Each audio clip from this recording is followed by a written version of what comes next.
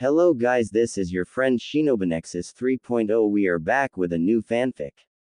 What if Kushina ignored Naruto and he found power as the White Fox God? Part 1. Here we are, in the land of fire, as we head to a village called Konoha, known as the Leaf Village.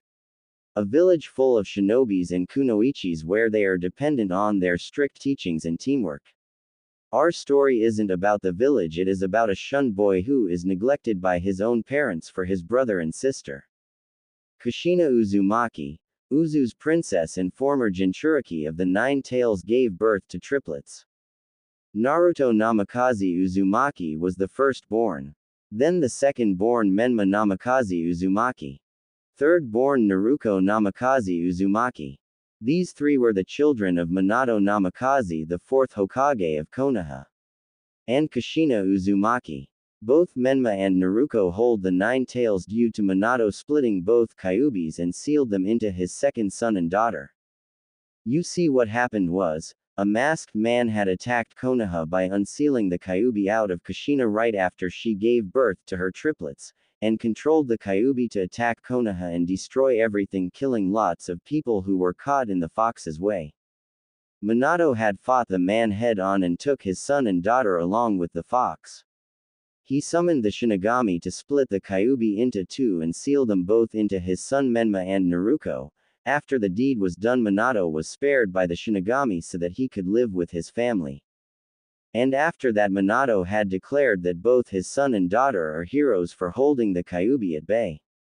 Of course, the villagers decided to worship and love their heroes. Our firstborn is currently looking out the window watching his parents train his brother and sister. Saddened and heartbroken that he wasn't shown that much attention. He didn't understand why was his brother and sister getting more attention than him. Why were they training and he wasn't? Lowering his head with a sad sigh, he decides to leave the house and go be alone. He was treated like an outcast and wasn't as important as his brother and sister. Shunned by many in the village, except Hinata Hyuga, who he saved from the Kumo ambassador who attempted to kidnap her. Hinata was forever in his debt and wanted to be his friend. Hitomi, friend of Kushina, approved, same with Hiyashi, and told Minato and Kushina about the incident. They gave Naruto little praise for what he's done. He hardly had any friends, Hinata was his only. Our 8-year-old lonely boy was on the Hokage monument, watching the view with lots of questions on his mind. Do his parents even know he existed? Hell, even his own godparents show his siblings more attention. More questions going through his head as he looked up at the sky. A week later. It indeed has been a week since Naruto had been wandering alone. His parents would take his siblings out while he was left, even his godparents took his siblings out to train. I wish I had someone who would show me attention and love. I wish I was just as important as my siblings. Please Kami, hear my wish. Naruto said in prayer, looking out the window, bored out of his mind. Elsewhere in the west, finally had been free of her accused prison, Hachishiku-sama, the 8-feet-tall woman, had indeed been out taking away young victims and killing them as of late. Same with killing monks. She recently slaughtered group of monks who stood in her way. Po. She flicked the blood off her Nodaichi sword. She raised her hand as a white bubble glowed around her fist and hit the air, making it crack, causing a tremor to hit directly at a monk temple, destroying it on the spot. Now satisfied after killing 56 monks this week and killing 75 children, Hachishiku-sama looked up at the sky looking confused. She's never felt confused. Her gaze was fixated on the east. As if something was calling her, a presence calling her. A disturbance that told her that a young presence calls her. Why was this unknown disturbance calling her? And it seemed childlike. That confused her greatly. A child presence wants her. Does this said child even know what she is? Deciding to sheath her sword, she decides to go to the east and see her suspicions and see this child. Po. She decided to walk and head for the east. Back in Konoha. So what's the plan for the kids, Minato? Asked Jiraiya his sensei, who is a Sanin. Well, for their birthday I plan on making Menma the clan heir. You still taking Menma as a apprentice? Asked Minato with Jiraiya nodding and smiling. Of course I'll take the brat as a apprentice. Jiraiya beamed. Perfect. Knowing Tsunade just may take Naruto as a apprentice and teach her. Minato said while both him and Jiraiya smiled along with Tsunade who smirked. Kushina at this point was with Menma and Naruto treating them to ramen. The Sandaime Hokage Sarutobi Hiruzen looked at them with disapproval on his aged face. Ahem. He said with the three now turning their attention on him. Minato, what about your firstborn? Your son Naruto, what do you have planned for him? The old Kage said frowning. Naruto, I nothing really, he's not ready to join his brother and sister yet. Answered Minato with the Sandaime releasing light ki. Whatever do you mean not ready? Surely he should be ready. The Sandaime asked frowning. Sensei, Menma and Naruto has to be trained, they both hold the Kyuubi within them, Naruto doesn't, hence why me and Tsunade Hime are training them. Cut in Jiraiya with his sensei now glaring. So just because they have the Kyuubi within them Naruto still can't be trained. Sarutobi said with a piercing glare with both his students and Minato feeling shivers down their spine from the professor's stare. Sensei, please hear us out on why me and Minato are doing this. The great Toad Elder foretold a prophecy that is about to unravel and both of Minato's children are in the center of it. We have to train them for the sake of the village. The great Toad Elder foretold that a great evil will come from the west and start a conquest here in the east, and it is up to Menma and Naruto together to fight this great evil that is about to come and change things here in the east in its own image. Jiraiya explained, defending him and Minato, but Hiruzen looked livid. So you're basically neglecting Naruto for his brother and sister. And how do you know if the prophecy does come true? Hiruzen still with a glare with the three wincing. Sarutobi, I know you don't like this any more than we do, but it's for the sake of the village if not the world. Someday we will focus on Naruto's training, right now we have to focus on his brother and sister. Minato said, hoping the Sandaime could see reason. Unfortunately the Sandaime stood up with a look of disappointment on his face. You better pray to Kami that Naruto doesn't wind up becoming scorned because of your idiocy, Minato, you too Jiraiya. What says you, Tsunade? Surely you wouldn't go through with this. After all, Naruto is your godson too. Hiruzen said with disappointment in his voice, with both men looking like they've been slapped in the face. Sarutobi sensei, as much as I don't like this either, but think about preparing Naruto-chan to face this great evil that is coming. Tsunade said with the Sandaime glaring at her. I'm ashamed of all of you. I'm sure Mito Uzumaki and your great-grand-uncle and great-grandfather would be very ashamed of you, Tsunade. I don't know what Kushina would think, but Mito would be disappointed in her also. If Orochimaru hadn't turned evil, he would have agreed with me on this. Said Sarutobi Hiruzen as he walked out the office, unable to see their faces, leaving them shocked. Minato felt conflicted about this, having heard what the Sandaime said and that he wouldn't agree to their plan. Was he doing the right thing? Kid, don't worry. Sensei will come around, just give him some time. Jiraiya assured. Minato looked down, nodding slightly. The next day, Naruto would be sitting with Hinata. Both sitting on a field alone looking at the sky. Naruto-kun, are you okay? Hinata had asked. She didn't need her Byakugan to see through his mask, which she is aware he is wearing. I am fine, Hinata-chan. He answered, but she frowned lightly. Naruto-kun, you know you don't have to lie. She pointed out, seeing him sigh, knowing she was right. No, I'm not okay, Hina-chan. It's just I don't get or understand why my parents giving so much attention to my brother and sister and they act like I don't exist. Every time I try to get their attention they either ignore me or brush me off to something else. They train Menma and Naruto every day, including my own godparents. I just feel like they've forgotten about me and don't even want to train me. Naruto said sadly, with Hinata also looking saddened at that. She wonders should she bring this up to her mother and father. Because this isn't right. Naruto-kun shouldn't be saddened and his parents should start showing him love and affection. There Naruto-kun. I'm sure they haven't forgotten you entirely, said Hinata putting a hand on his shoulder. And at that moment Naruto's brother Menma showed up. Hinata-chan, there you are. Why are you with this loser? Come hang with me, Menma said, causing Hinata to surprisingly glare at him. No thanks. Can't you see I'm with him now? Hinata said, seeing him frown. What do you see in that hopeless loser? He's not even a clan heir. Which will be me soon. Menma said, with both Naruto and Hinata widening their eyes. Hold on, I'm the firstborn. It should go to me. Naruto said, standing up. Oh, like you can ever be clan heir. You haven't been trained yet. Father is making me clan heir on our birthday, brother, not you. Menma said with a smug look as Naruto's mask was slowly cracking after hearing that. Naruto started to walk away. That's right, walk away, Menma said, now with his attention on Hinata, who also walked away. Where do you think you're going, Hina-chan? That loser is leaving, Menma said with her looking at him with rare anger.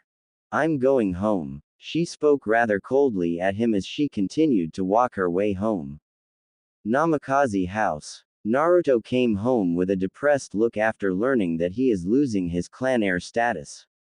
He decided to go upstairs and get in bed. As he decided to sleep. Dreamscape. Now in his own dream, looking sadly as rain clouds appeared in his dream, raining, with thunder booming in the sky. Feeling very depressed and saddened. That was until it stopped raining, looking confused. He heard a strange sound he has never heard of before. Po, po, po, po, a voice chanted. Raising a brow and looking more confused, he stood up from his position and followed the source of that sound. Po, po, po, po, po, po, po, po. When he got there, he saw a wall hedge, and behind it was a tall woman, wearing a straw hat as she opened her dark blue eye, meeting eye to eye with Naruto. Naruto couldn't believe how beautiful she looked. She's huge. Who is she? Thought Naruto, and was wondering why was this very tall woman in his dream. The tall woman walked around the wall hedge for Naruto to get a better look at her. She was so tall and slender, long black hair, white morning dress billowing in the wind. She wore sandals. Her chest looked very large, it rivaled Tsunade's bust but way bigger than Tsunade's. Po, po, po, po, the tall woman chanted as she walked towards Naruto with a warm smile on her face. Naruto didn't seem frightened or scared of her, it was like he could actually trust her. What is your name, little boy? Said the tall woman. Naruto. Naruto Namikaze Uzumaki. He answered. You seem like a nice boy. She said, looking at him. Why are you in my dream, miss? He said with her, stopping him, putting a finger on his lips to quiet him.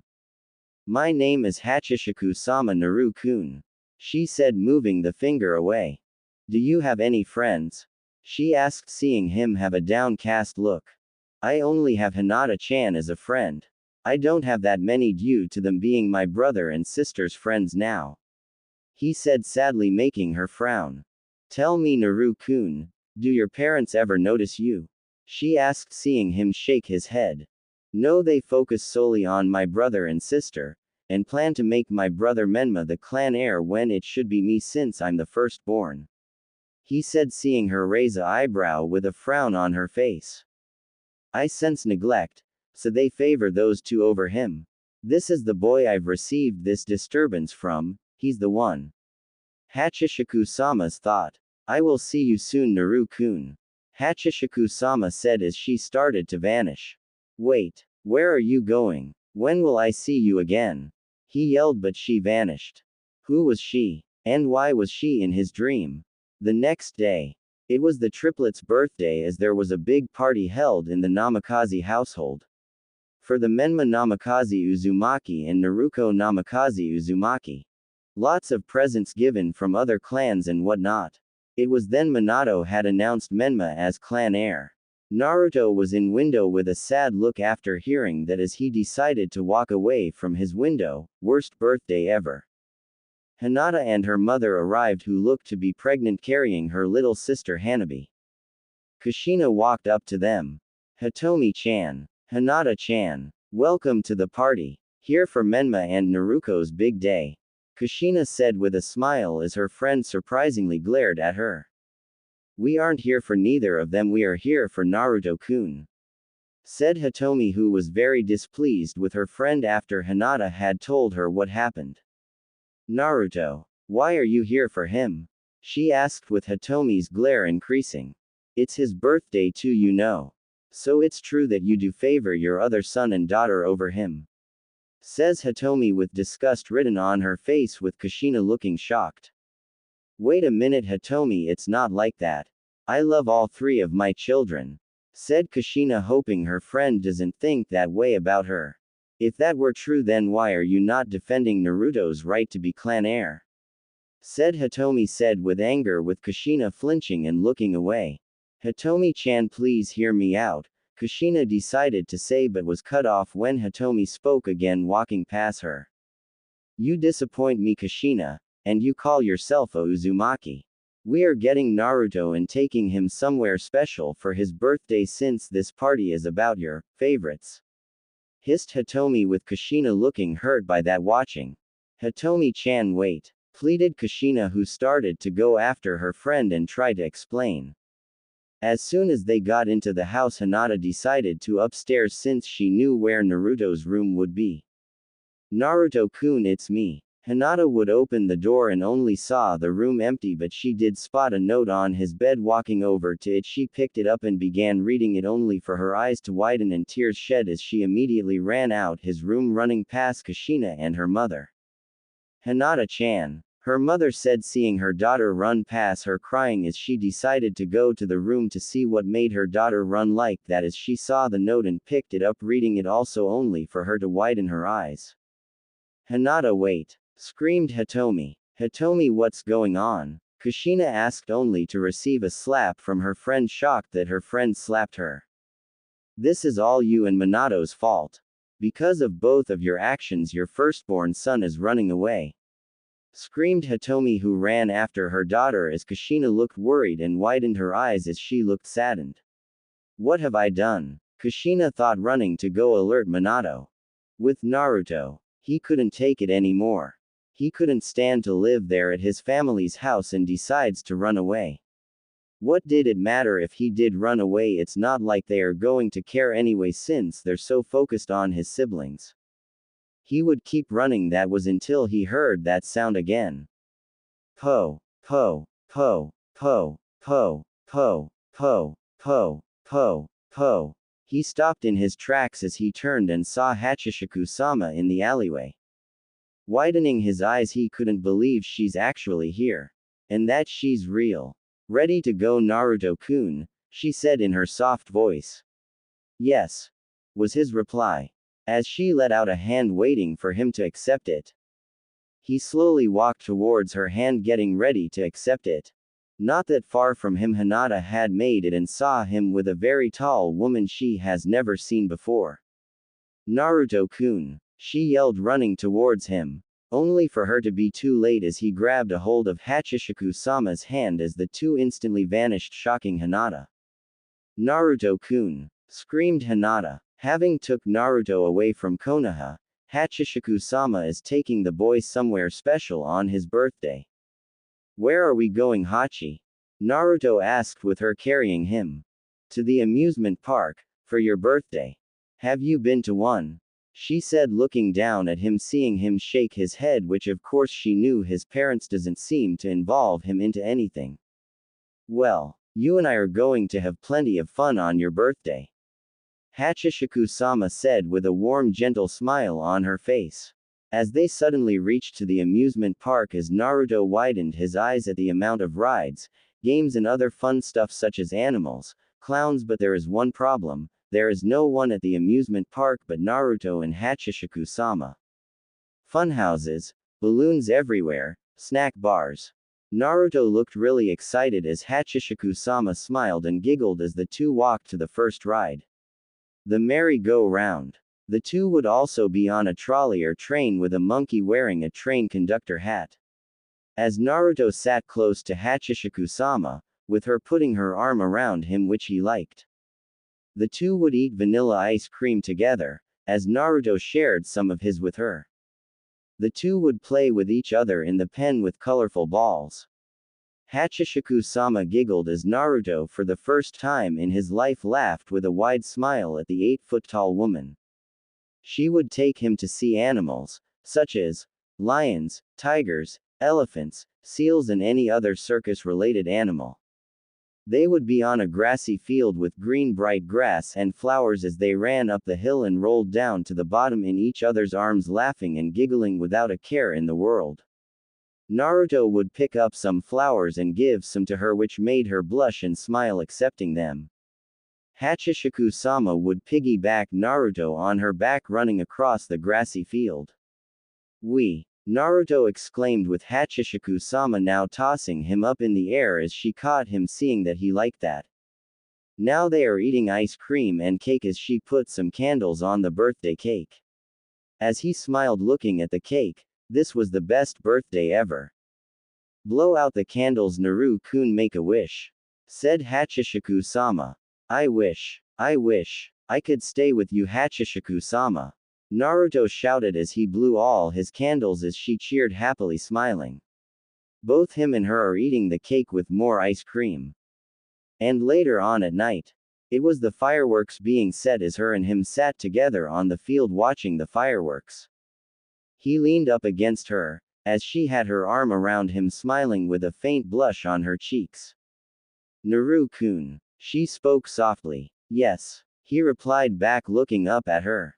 Do you know why your parents are neglecting you over your brother and sister? She asked seeing him lose his smile. I don't know really. Every time I ask when could they train me they would ignore me, even and look the other way, same with my godparents, but one night I overheard them mention about preparing Menma and Naruto up for some kind of challenge or prophecy. He said having remembered how he eavesdropped on his parents that one night. Hachishika-sama was silent hearing him explain but then her eyes widened slightly when he mentioned a prophecy. So they neglected their firstborn over their other children and is preparing them for this prophecy. It seems she will have to send her spirit form into the summoning realm to research what prophecy. But she has a hunch that all three of Minato and Kushina's kids are involved in it or maybe, only one of them. She focused her eyes on Naruto for a bit. I just want to be just as important and special as my brother and sister. He said looking downcast not aware of Hachishika-sama's shadowed expression and did not see her evil wicked smile. Oh those fools, they do not realize they casted away their only hope. Who could possibly be in the center of this prophecy? Hachishika-sama said in thought as she had a very evil plan growing in her mind. If she plays her cards right and influence Naruto in her own image she could help him with his revenge and let him give all who wronged him hell. Aaron Naru-kun if you want to be as special and important as your siblings I could help you with that. Said Hachishika-sama with him now looking at her with hope in his eyes. Can you? Naruto asked as she nodded with a warm smile. Of course. It's what I do. Hachishika-sama said with a bright smile. Really? Awesome. I get training. Naruto cheered happily. Oh this is just too perfect. All I need to do now is let the hate for his family and everyone who wronged him grow within him, push him to vengeance and maybe torture his own family with great vengeance and furious anger. She said in thought with a hidden sadistic smile. When do we start? Naruto said too excited. Oh we will start very soon Naru-kun, first let's find us a place we can call home. She said carrying him in bridal style. Oh yes, this was definitely going to be fun. Her and Naruto-kun together. She will help him and make him her ideal of a young partner and mate. He's a little too young for her to mate with her. Maybe when he's like 12 then she can start but first she must train him and empower him with enough power to crush his siblings and watch as his mother, father and godparents witness true vengeance and the fear to victory.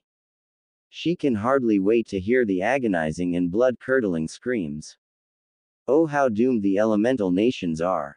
Now in the Hokage office, Minato along with his wife Jiraiya, Tsunade, Hitomi, Hinata and Hiruzen, even Makoto came. Shizune was currently at the Konoha hospital managing it for Tsunade. Everybody calm down. How did this happen? Minato says, wondering what possessed Naruto to just get up and leave. Hiruzen just glared at Minato. Hitomi had told him what happened and gave him the letter. How did this happen? For someone who's a leader of the village and very smart. You don't even know your own son. Hitomi hissed with Kushina flinching at her tone. Even Minato winced. Hitomi-chan, please, Kushina said, trying to reason with her best friend. Quiet, Uzumaki-san. Because of you and Minato, Naruto-kun is gone with some stranger. Hissed Hitomi. Wait a minute, what do you mean gone? Why would Naruto leave on his birthday? Asked Makoto Uchiha. Hinata-chan, can you tell us who took Naruto? Surely you saw him going with someone after you told me. Hitomi asked her daughter as everyone focused on her. She looked angry, glaring at those responsible for hurting Naruto-kun. Who I saw with him was a big woman.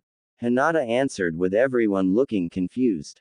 Big woman? How big? Jiraiya asked. I can't tell. She was very tall and big. She wore a white dress, sandals and a straw hat on her head. She had pale skin and long black hair. Hinata said, describing Hachishiku-sama with the adults in the room absorbing description Hinata had mentioned. That's odd, we don't have that many tall women in Konoha. Pondered Tsunade.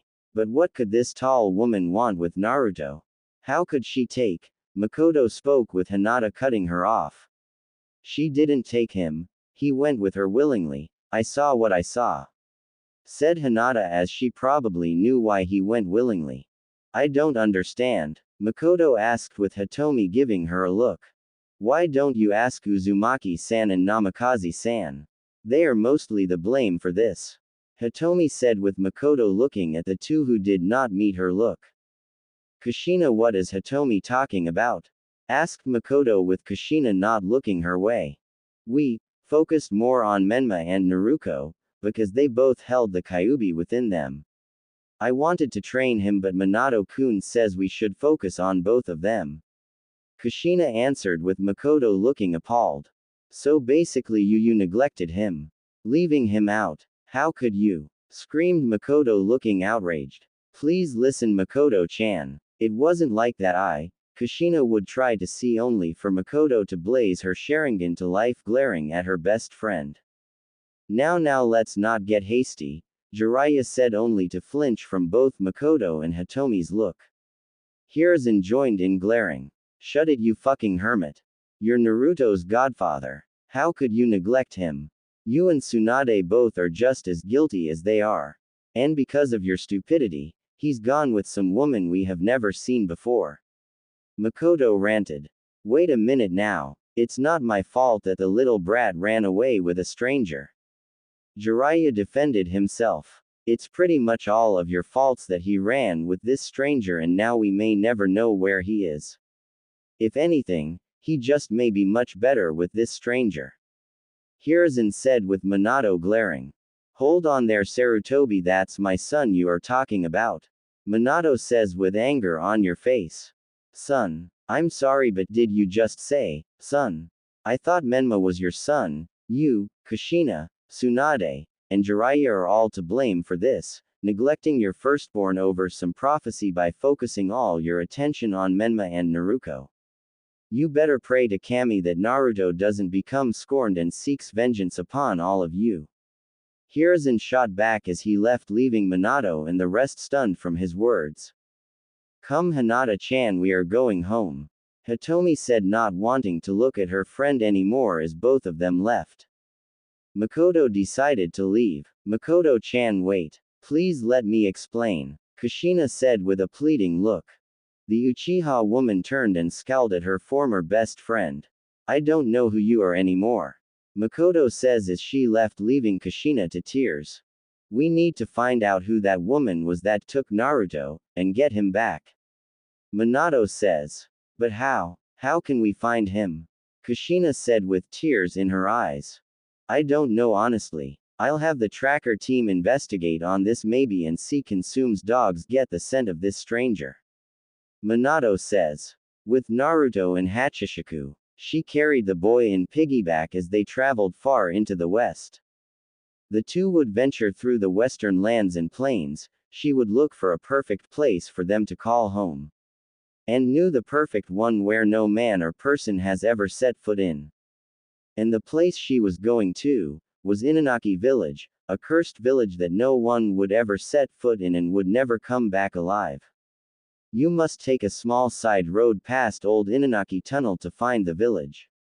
It's small and easy to miss, so most people don't ever find it. She spotted the tunnel that appears to be sealed up, which looks like the work of those damn monks who sealed it up. Looking annoyed. If you're brave enough to enter yourself, it's said the village is full of traps and the villagers themselves will attack you with hatchets and sickles. There's no phone service either, so you'll be completely on your own. The village is said to have been isolated from the outside world since the Edo period, and because of that, the government treats them as a special reservation. If you're foolish enough to go in there, you are entirely on your own, and no one who has entered has ever escaped alive. Hachishiku-sama felt no fear from this place. She was going to make this both hers and Naruto's home and village. And because of her yokai aura and influence, she can shift the village in her own way. She gently laid Naruto down and unsheathed her sword and cut down the seals as the barrier was lifted. She picked him up and went inside the haunted tunnel. It's said you'll hear howling and screaming in the woods of Inanaki Ridge. And Inanaki Village, the most fearsome of all. The haunted tunnel had seemed to respect Hachishiku-sama along with who she brought. Its curse has no effect over her or Naruto for that matter because of her influence. Having reached the end of the tunnel, she gazed at the haunted village. Vacant and in current ruins. Corpses. It seems the villagers were driven insane and had killed each other. No sign of life here in this village. Everything here looked barren. No grass, no animals, or even water.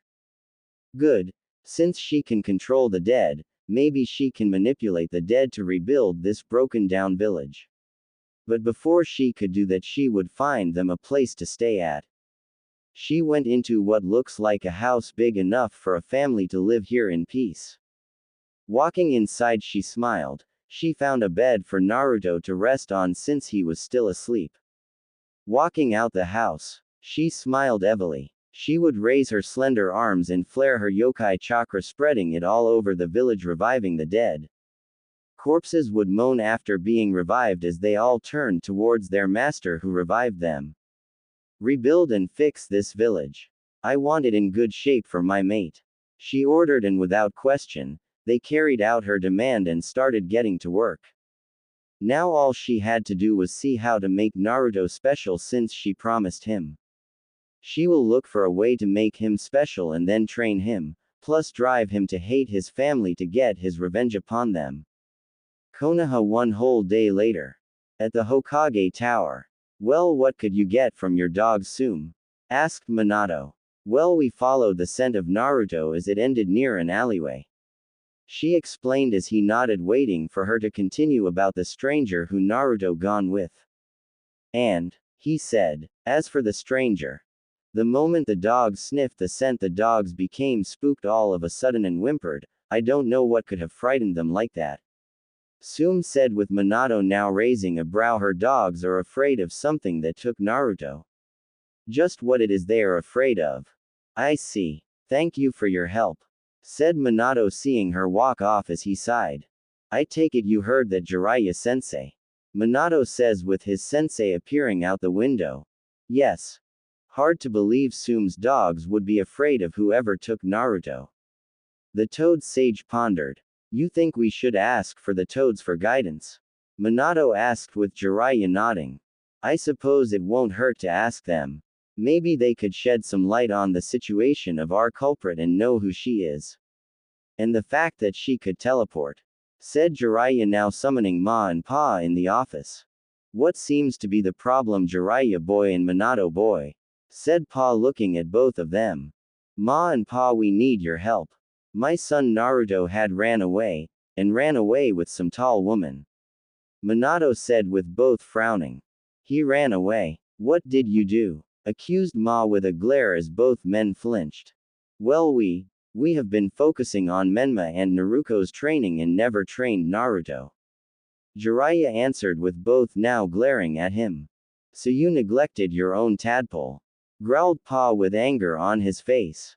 Pa and Ma, it wasn't like, Minato says, but Pa slammed his cane on the ground. Don't lie to us, Minato boy. Because every time Jiraiya mouths off about Menma, not once did we hear him say anything about Naruto. And we suspected something was wrong. How could you two focus on your other two tadpoles and not your first one? Yelled Pa, looking ready to beat them. Because of the prophecy the great Toad Elder foretold. That a great evil from the west will come and change the fate of the shinobi world. I believed that Naruto and Menma are also in the mix of this, so we decided to train them how to harness their Kyuubi chakra.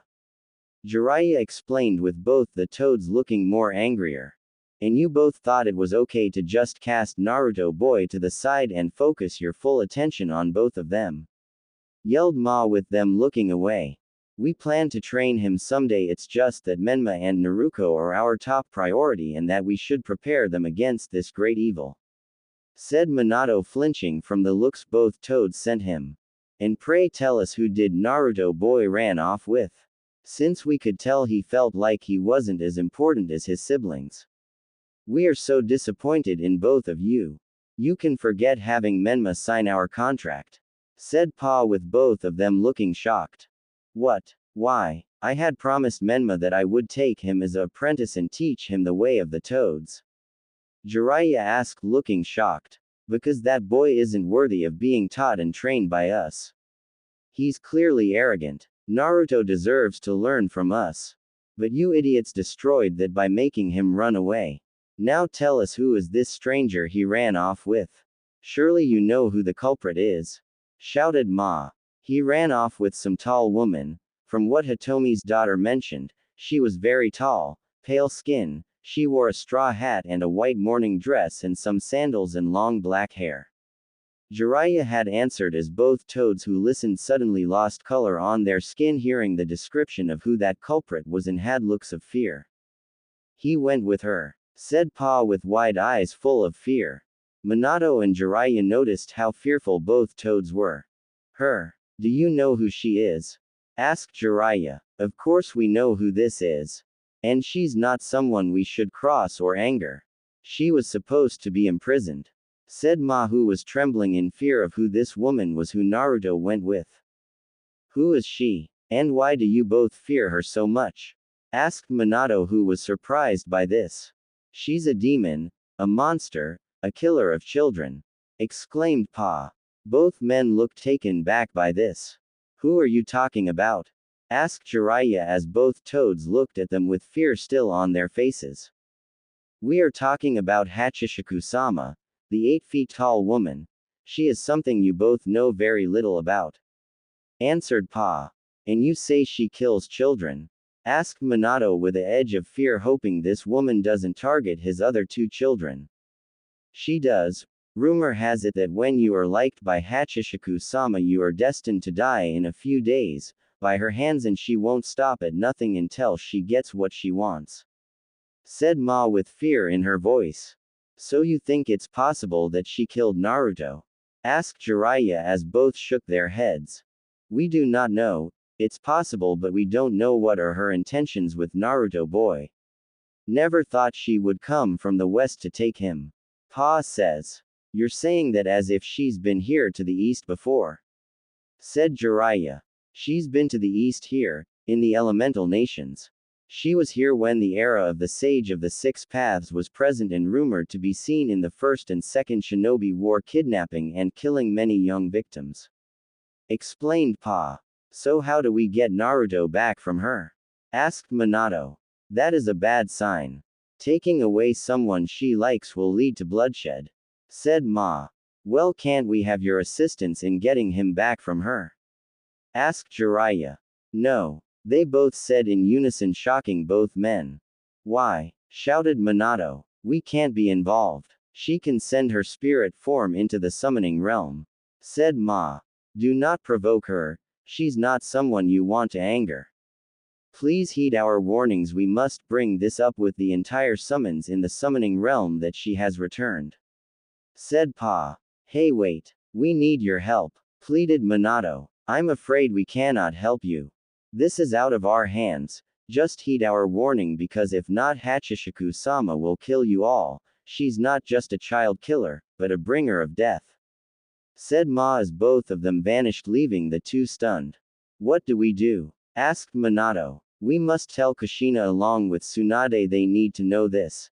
And we must pay very close attention on Menma and Naruto, she might just target them next. Jiraiya says. Inanaki village. Naruto wakes up and smells food being cooked. He noticed he was in a house, meaning Hachishika-sama found a place. He found her in the kitchen cooking pork ramen since she had leave the village to hunt a boar and bring water and the ingredients to cook ramen. Era. You're up Naru-kun, she said with him coming towards her sitting on a chair as she brought him his bowl of ramen. He smiled and started eating as she sat by him eating hers. So where are we, Hachi-chan? He asked. We found our own village, Naru-kun. We both own it and we will be living here for eternity.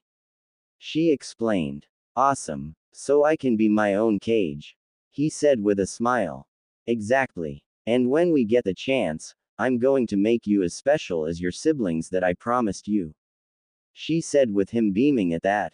I can hardly wait. He said beamed. That worthless idiot. Growled Menma. He ruined everything. He added in frustration. As Naruto looked at her brother who is blaming on their way other brother Naruto who ran away. He ruined our birthday party. I hate him, ranted Menma while Naruto looked away from him ignoring his ranting. As she looked out in the window with a sad face. I'm sorry, Naruto. She thought, only hoping that her older brother will be okay. With Minato. He went with WHO. Screamed Kushina looking pale and frightened for the boys she neglected. Minato and Jiraiya told her of who her son had went with willingly and told not just Kushina but Tsunade as well, as both women were shocked. Hachishika-sama, muttered Tsunade as she recalled how her great-grandfather and great-grandma Mito told her the story about Hachishika-sama. We must get my baby boy back. She shouted. She feels horrible for what she had done. Kushina, I'm afraid it's impossible to get him back, we don't even know where he is. Says Minato trying to calm her down. I don't care. I want my son back. She yelled. We don't know where to find her or know where she is. The toads refuse to help us and are angry with us as well due to focusing on Menma and Naruto. Says Jiraiya, just wondering how big of a deal this Hachishika-sama is. And whose fault do you think that is? Says a voice as they turned over and saw the Sandaime Hokage. All of you abandoned Naruto over some prophecy and now he's in the hands with the most infamous urban legend of all time since the Sage of the Six Paths. Sarutobi says with them looking away and feeling a bit guilty for what they let happen. You better pray to Kami that he doesn't try to come here and attack everyone out of great vengeance and furious anger. He says with Jiraiya frowning. Sensei, how do we know for sure that Naruto will turn out like that? It's not like him to attack us or his own family. He says with his sensei scoffing. For your sake I hope you're right, but it's a possibility that he will do it, not to mention the neglect he had endured from his parents and godparents whom favored his brother and sister over him. Sarutobi would say as they looked down with Kushina looking close to tears. She called herself a mother and she neglected her firstborn over her other son and daughter. She has a feeling Mito Uzumaki is probably watching her from the heavens with a look of disappointment and disapproval. She has to make things right and make amends for ignoring and neglecting her little boy. So what do we now? Asked Tsunade. We cannot do nothing. We will have to accept that Naruto is gone forever. We don't know if the Hachishika-sama killed him or not. Minato would say that was until he was met with a stinging slap to his face. So you're just gonna forget all about your firstborn? Abandon him to an urban legend? Kushina yelled, ready to beat the hell out of Minato. Kushina. Face it, there is nothing we can do, he's gone and could be probably dead. We have to move on and focus on Menma and Naruto. Hachishika-sama could target them next if we don't keep a watchful eye on them. He says while her eyes narrowed. You don't care about Naruto at all, do you? She accused. That's not what I'm saying and you know that. He said with defense. Bullshit. You claim he's already dead and just accept the fact that he's gone so quickly. I don't believe it. She says with anger. Oh, and what makes you think Hachishika-sama did not kill him? He asks with a raised eyebrow. I don't know, but I just have this feeling that he's alive and that she didn't kill him. She admitted she has a feeling that he's alive and as well, but probably under Hachishika-sama's influence against his will to go with her, knowing the yokai can do that to her young victims. Kushina-chan, I know you miss him and all, but right now we have to focus on our other two kids, to prepare them for this prophecy. He says, putting his hand on her shoulder in a comforting way, but she pushed it off. Don't touch me, she hissed, walking away, not wanting to speak to her husband. Hiruzen sighed as he knew it was time to go.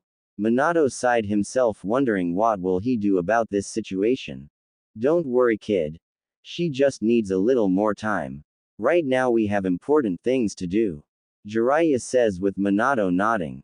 Inanaki village. After eating lots of ramen from Hachishika-sama, the boy is currently looking at his new caretaker who smiled at him. She knew the plan to make him special, and that was to turn him into a yokai. Like she is. She grinned evilly. Her blood is the answer for all this. She grabs a knife and slits her palm of her hand, letting drops of blood fall in Naruto's tea. After letting a few drops fall in there, she healed her cut and then flared a little of her yokai chakra into the tea. Then stirs it up as it glowed a red ominous aura. The whole cup of tea did as she smiled. As she finished stirring, she brought to him. "Ah, what's that, Hachi-chan?" he asks, seeing her come to him. "It's my special tea I created. I thought you should try it," she says, handing him her cup as he accepted it and drank its contents, unaware of the wicked smile on her face. "That tasted good. What you put in it?" he asked. "Oh, just my special ingredient," she says with a smile. "At full moon it will change him," was her thoughts, looking at her future ideal of a young partner or mate. Later on that night, as the moon illuminated, it was full, flaring its lunar glow and brightness as it shines down on the Inanaki village, on the house Hachishika-sama and Naruto were both in. Now in bed with her, a great change had happened to his body. As his human blood had changed to yokai blood, his appearance had changed. Instead of being a 6-year-old, he had grew to the age of 15. Significantly taller and older looking. His hair grows long that it protrudes out the back of his head. The top half of his hair is white while the bottom half of his hair is black. The transformation had been complete. No more was he a human but a full-blooded yokai. As the morning came, Hachishika-sama was shocked at his appearance. She could feel the power of yokai chakra surround him. Has her blood ascended him into a daiokai like her? And not a typical normal yokai. He began to take up, opening his eyes. His pupils were narrowed and no longer blue but red. "What is this? Why do I feel different?" he asks, getting up out of the bed only to widen his eyes at his new permanent appearance. Whoa! It was then he noticed his voice had changed. It was much calmer and cold, yet slight sinister. Hachishiku was too stunned to say anything. She had realized what she had done. "What happened to me?" he asked, looking at his appearance in the mirror. "That would be my doing, Naru-kun. Remember how I said I would make you special?" she says with him nodding as she explained how she done it. "So, I'm a full-blooded yokai?" he asks with her nodding. "Excellent." A thin smile played on his face looking at his new appearance, then turned towards Hachishiku-sama. "It seems I will have to thank you for turning me into this," he says with a grin, walking towards Hachishiku-sama, who winced seeing him walk towards her and then surprisingly kiss her on the lips, making her widen her dark blue eyes. The kiss broke apart as she blushed looking at him. "Now my dear, let's get something to eat," he would say, walking away. She looked at him with clear lust. She didn't think her blood would turn him into Daiokai. It was as if she had accidentally turned him into a yokai lord. Now her plans will go further for him, along with the future of the East. Minato sighed. Things have not been going well for him. Ever since Naruto has gone with this Hachishiku-sama, things have not gone well for him. And not in a good way. His family is falling apart. Though he, Jiraiya and Tsunade are currently training Menma and Naruto. Kushina on the other hand, drifted from their training. She didn't want no part in training them anymore. Ever since Naruto gone with Hachishiku-sama, Kushina refused to talk to Minato and she never came home. She went to a motel. He has to get her back to help train their children. He decided to go find his wife and talk to her. With Kushina, who is in her motel room, having left the Namikaze manor. While drinking sake, getting drunk to drink away her sorrows and that she is a horrible mother. She would not stop crying tears of what she had done.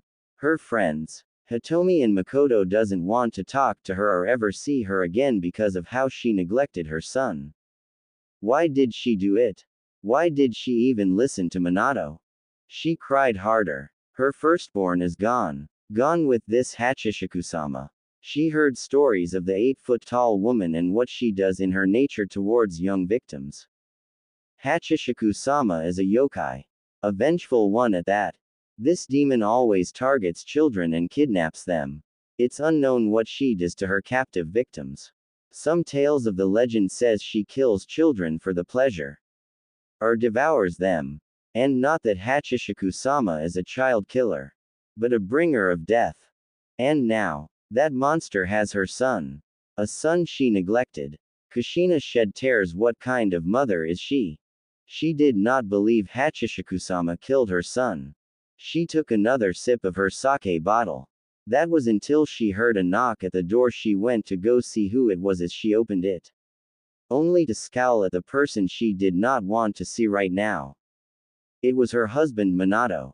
What do you want? She hissed at him. Please. Kushi-chan. Come home. The children miss you. I miss you. Please. He begged. Go away. She says, closing the door, but he stopped it. Kushina, please. Don't do this. Come home. Naruto and Menma misses you. Don't neglect them, he said, but dodged a sake bottle. Don't you dare accuse me of neglecting them. I gave them plenty of time. And plenty of love and attention. Which is something that I should have given to my firstborn. I don't know why the hell I even listened to you when you first told me about this prophecy. And that it involves both of children who carried the Kyuubi. How do we know for sure that the prophecy is true? Hissed Kushina, ready to beat the brakes off Minato, who raised his hands up in defense. Jiraiya-sensei says the prophecy is true. He heard from the great Toad Elder himself. A great evil is coming from the west and wishes to change the elemental nations as we know it. And both Menma and Naruto are in the center of it because they both have the Kyuubi in them. Which is why we are preparing them for this prophecy to save the world. Don't you want that, Kushina? Minato says with her glaring at him. Did we have to abandon our firstborn though? Did we have to ignore him? And act like he didn't exist? Because of a fucking prophecy. When you first brought it up to me and mentioned about training Menma and Naruto, I asked what about our son Naruto? And you said that he can't join because he wasn't the prophecy child like Menma and Naruto. We still could have trained him and gave him attention. Now he's gone and it's pretty much our fault. Because we treated him like an outcast. And he probably no doubt hates us. Kushina yelled with more hot tears from her eyes as Minato tried to approach her and bring her into a hug, but she shoved him out her hotel room. He widened his eyes seeing her angry expression. Her red puffy eyes. Kushi-chan, he says in a pleading tone, looking up at her. Fuck you, Minato. She slammed the door hard. He sighed. He'll have to give her more time to grieve. What will he do now? His kids both need their mother. For this training. Inanaki village. Now with Hachishiku having gotten used to being a full-fledged yokai. The two of them are eating ramen together, while watching the corpses keep fixing up the village. So far the corpses are making crops. Crops enough to grow vegetables, maybe make a rice field, a hay field. Now all they needed was water to revive the barren lands of their village and also grow trees and other plant life. They would need animals here too.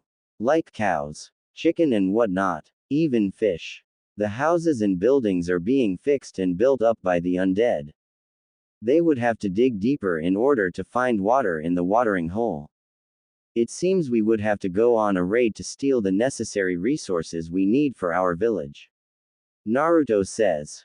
That won't be necessary, Naru-kun. I could command the corpses to leave the village and get that for us. Hachishikusama says while mentally controlling the corpses to do just that. Let's get more acquainted, she says huskily with lust. Oh, he raises a brow, seeing her come close. Let's do it, Naru-kun, she says, grabbing his hand, leading him into a bedroom. As they went into a bedroom, she undressed first, showing her form, in which he finds attractive and alluring. She helps him take off his clothes, revealing his thick large member. She blushed looking at his developed member. Put it inside me, Naru-kun, she says, laying down on the bed as he got up on the bed and put himself inside her, suddenly feeling a hot feeling flow through him. She moaned a little, feeling himself inside her. Naruto suddenly felt the instinct to thrust himself inside her. As she moaned lightly, feeling him thrust inside her. With her bouncing slightly from him thrusting into her. This feels good, he's never felt something like this before. As he continued to plow himself inside her. Make me yours, Naru-kun. Make me yours, she moaned as he kept thrusting inside her. She wrapped her slender arms around him and pulled him into her heavy, massive chest. As he inhaled her vanilla scent while he kept thrusting inside her. She moaned in pleasure, feeling her partner thrust himself inside her deeper. She tightened around him inside as he still plowed through her. Her nails lengthened into sharp claws as dragged her nails on his skin, leaving claw marks. Her eyes turned red briefly, and moaned, opening her mouth, revealing her sharp teeth and long tongue. Naruto in turn had his nails lengthen into claws and did the same to her back, leaving claw marks on her. As they both kissed one another, Hachishikusama and Naruto stared into one another's eyes, kissing, holding each other and being intimate with one another. Hachi-chan. Something is coming out. He groaned. Release it inside me. Naru-kun. Release it all inside me. She moaned, wanting his seed inside her. Thrusting a few more times inside Hachishikusama. Naruto released his first load of cum inside Hachishikusama. As she moaned, throwing her head back with her hat falling off her head, she could feel his sperm impregnate her womb. As she held him, held her new lover, as he too held her. The two would rest from their love-making. 4 months later. Inanaki village is recovering greatly. The grounds, the soil and dirt was no longer barren. Grass had grown, the crops had grown, vegetables, trees were slowly growing to life. Houses and buildings became good as new. The watering hole filled with water that had been dug up deep from the ground. The corpses were still working. Still putting the village in great shape. On their new mansion stood Naruto, who watched the newly revived Inanaki village grow to life. Besides him is Hachishikusama, who is heavily pregnant, looking down at her stomach, rubbing it. Smiling, knowing the life that's growing inside her. Naruto looked up at his tall wife with a smile. Happy that he gets to form a family of his own. They both held hands and looked at the village that is still in progress of being revived to full life. Inanaki village 6 years later. The village has been successfully revived. Grass everywhere. Insects in the fresh soil with butterflies flying. Trees grown large and massive strong. Red spider lilies in some parts of the grassland. A waterfall that unleashes fresh pure water along with fish now in lakes and river. Forest animals in the forest waltzing. Rice fields grown along with crops full of all vegetables and fruits. Houses fully completed and restored. The corpses had been laid to rest since they have restored Inanaki village by Hachishikusame's order. Now that the village is restored and rich full of prosperity to Hachishikusame's liking and Naruto's liking. Though, the cursed village is still cursed. Even the tunnel itself is cursed still. No one would dare come here. The monks had sealed up this village because it was haunted and cursed. But since Hachishikusama came here and destroyed the seal so that her and Naruto can live their lives here in eternity. Inanaki village is closed off from the western lands that Naruto and Hachishikusama live in. In the west there are multiple domains and other lands ruled by lords, governors and warlords. There are other demons in the west who praise after humans. Now, inside the village was the family itself who owns the whole Inanaki village. 4 children in front of their parents. The first child is a boy. Pale youth and dark hair like his mother. Blue eyes like his father. His hair is long that is tied up to a ponytail and bangs that pass his chin, often covering parts of his emotionless face. He wears a black kimono with many white anchor-shaped patterns and wears sandals. Besides the boy is his pet horse, a beautiful white horse named Madoru. His mother gave him this horse on his birthday. And what is our boy's name? Hyakkimaru Uzumaki. Next to him is his sister. Teiko Uzumaki. She has long black hair with her father's blue eyes as she wore a trench coat the color of red and likes to ask her father was she pretty. She also likes to carry scissors and many other sharp objects. Her mouth is ear to ear as if she is smiling. With rows of sharp fangs. Besides her younger sisters, who are identical twins. Sadako Uzumaki, black hair with streaks of blonde hair from her father, wearing a white morning dress like her mother. Black eyes. Next to her is her twin Kayako Uzumaki. She was Sadako's twin sister with pale skin and black eyes, wearing a white gown like her mother, black hair with red streaks in her hair. These 4 are the children of Naruto Uzumaki and Hachishikusama. Hachishikusama still looks as beautiful as ever as she smiled down at the children she and Naruto made together. Naruto looked slightly older, wearing a black kimono with red whirlpools on them. He looked between his mid-20s or still 16. But he looks like he's in his 20s. He looked happy. For these 6 years, he loved his 8-foot wife and children. He loved all his 4 children equally. 6 years of happiness. With his own family. A family he made and created. With the person he loved the most. Hachishikusama. So kids, ready for outing into the west? Naruto says. Daddy, let's go to the amusement park. Again. Sadako says. Naruto smiled at his daughter who was in a cheerful mood. Well, Hachi-chan, should we take them to the amusement park?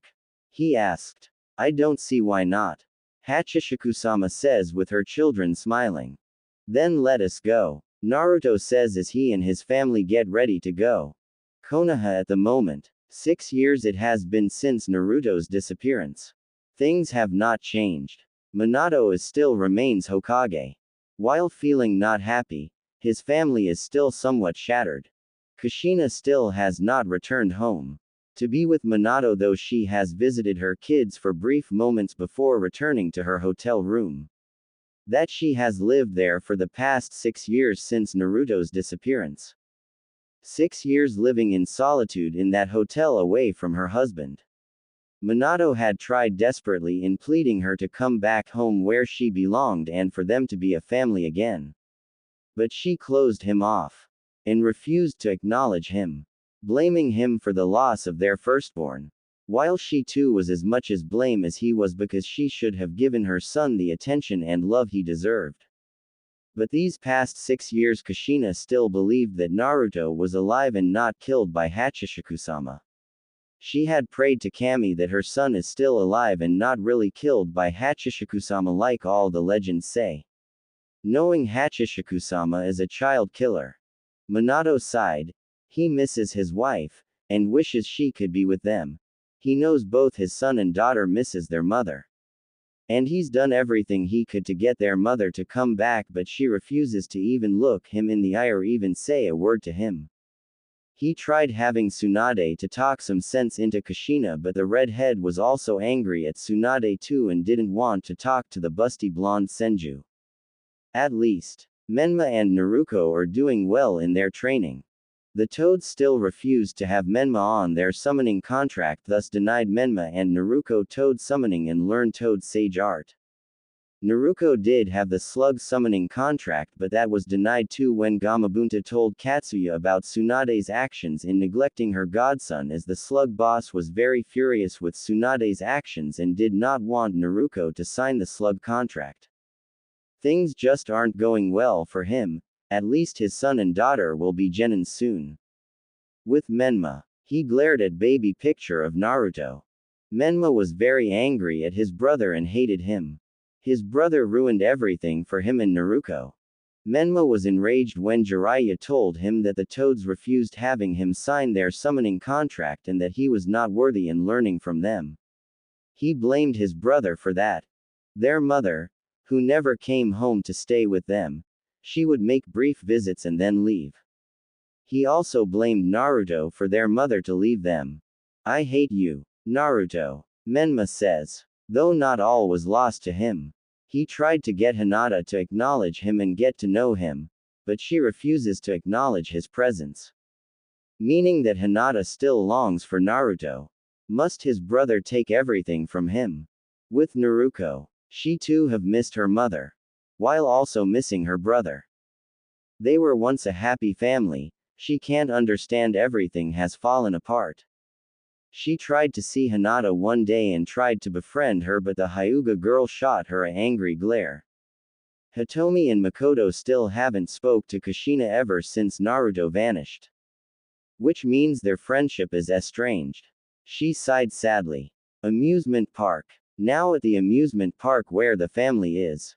The first ride he got on was a Ferris wheel with Hachishika-sama sitting beside him, who looked away from him with a slight blush holding his hands. Sadako, smiling with joy for her part, was on the Ferris wheel with Kayako. Hyakkimaru and Teiko were on another part of the wheel too. The next ride they got on were the teacups. As Hachishika-sama took pictures with a camera she brought. The third ride they got on was the train trolley with the monkey, as the train conductor Naruto was sitting beside Hachishika-sama with her slender arm around him, pulling him to her side, while Teiko and Hyakkimaru sat next to each other in the next seat, with Sadako and Kayako sitting on the next cart. Then they played games. The first game they played was ring toss. Hachishika-sama tosses 8 rings. Hyakkimaru tossed 6 rings. Naruto tossed 9 rings. Sadako tosses 4 rings. Teiko tossed 7 rings. Kayako tossed only 5. The family had ice cream while Hyakkimaru, Sadako, Kayako and Teiko couldn't help but enjoy the sweet taste of vanilla ice cream. Sadako was too busy enjoying the taste of cotton candy, with Hachishika-sama feeding Naruto his cotton candy. Hyakkimaru was eating funnel cake, Teiko was eating hard candy and lollipops, and Kayako was eating some sweets too and eating a candy apple. Sadako played with the monkey that wore a train conductor hat. Hyakkimaru and Teiko played with toy katana swords, with Kayako holding a bag of popcorn watching them. Hachishika-sama and Naruto smiled watching their kids play and have fun. The whole family were having a great time at the amusement park. This is great. Look at our kids, Naruto says with Hachishika-sama nodding. Po. Yes. They are having fun, Naru-kun. She agreed. Nothing is going to keep us apart or ruin this family. She adds, looking at him and their children who are still playing. She will have to see what has changed in the east since they are in the west. The children are asleep, as Naruto and Hachishika-sama are also sleeping. Hachishiku would wake up and quietly leaves her bed and bedroom as she gets ready to go visit the east. She grabs her sword and leaves Inanaki village. The east, elemental nations. Now in Konoha. It was night with a smile on her face. A dark smile. She stops by a orphanage. Looking at it, she flares her yokai power to lock the doors and windows. Then she begins to set the orphanage on fire. Setting it to blaze. She would vanish. She would then visit the Konoha hospital. Hachishika-sama walked through hospital corridor. As she heard crying babies, she turned towards them and looked at them. The babies cried. Suddenly a dark smile crept on her face. She went to the maternity room where all pregnant women were, who were asleep. She suddenly flared her yokai chakra in the whole room as it seeped into the pregnant women. Being a mother is going to be a lot more difficult. She then went to the Uchiha police station looking at it. She unsheathed her sword and went inside the station. Suddenly the Uchiha police looked up when they saw her. She lunged at them with a sadistic glee as the Uchiha police force tried to attack her and stop her. Blood splashed as she was covered in Uchiha blood. She continued to massacre and kill the Uchiha police force. As their screams filled the station, many were bisected, beheaded, stabbed, melted. What the hell is going on here? Yelled Fugaku with 3 elite Uchihas at his side. As he got to the scene he saw many of his Uchiha police officers slaughtered. Widening his eyes he couldn't believe that this has happened. Sir! Exclaimed a Uchiha elite pointing at Hachishika-sama who turned to them. Whose face was covered in Uchiha blood. As she stood in the middle of the dead Uchiha police officers male and female. What the hell are you? Shouted Fugaku, only to receive no answer. Tear the bitch apart. Fugaku yelled with rage. Hachishika-sama smiled as she cackled as she saw the 3 come at her with swords in their hands. She made quick work of them by vanishing past them with their heads beheaded. You bitch. Fugaku weaved hand signs. Fire style. Fireball jutsu. Fugaku yelled blowing a homing fireball at Hachishika-sama who cut the fireball in 2 with her sword as she charged at him.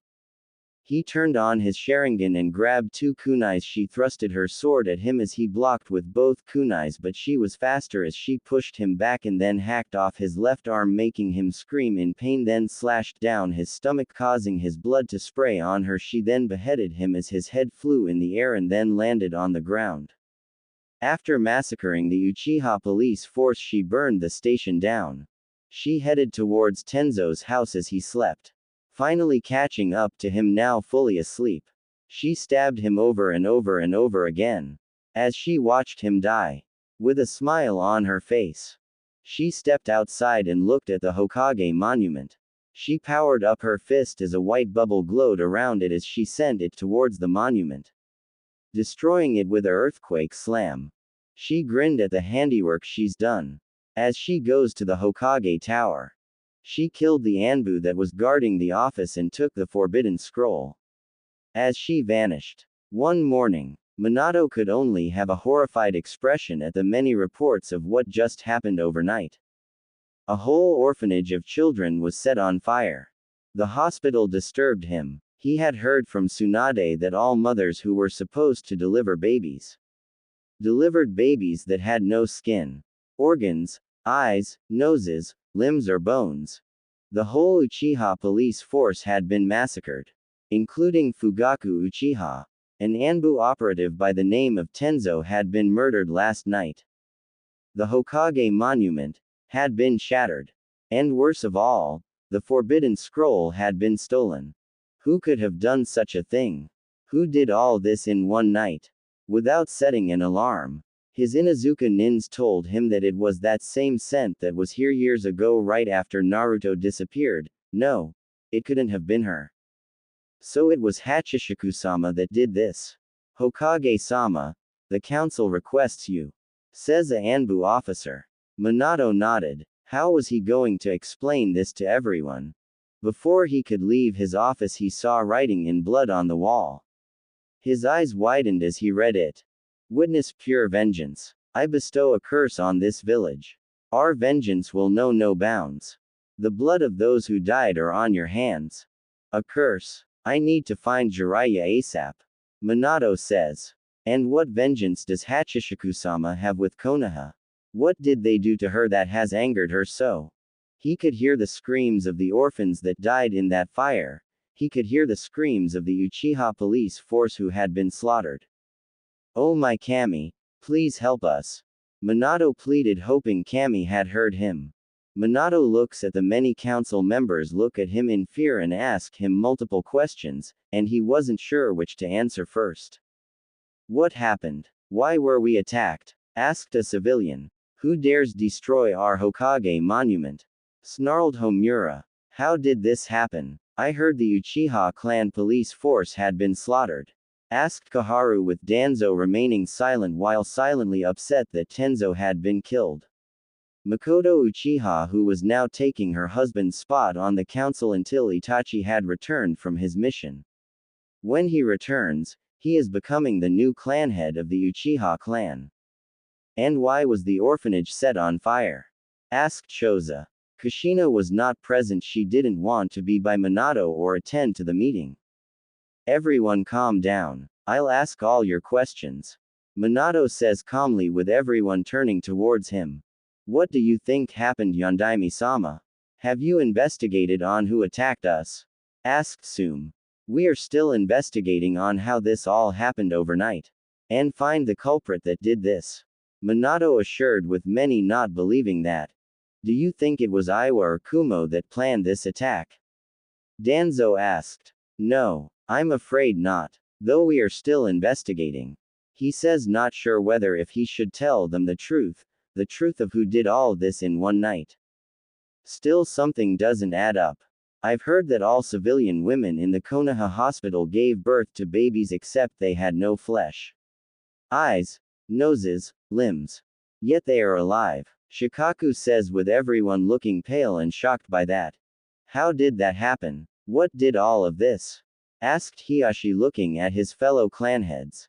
Hiruzen was sitting in the Sarutobi clanhead seat looking at Minato with a slight glare. He noticed the man's posture and body language. There is something that Minato is not telling them. You don't think it was Orochimaru who snuck in here and did all this to you? Knowing he has a grudge with you for not becoming fourth Hokage.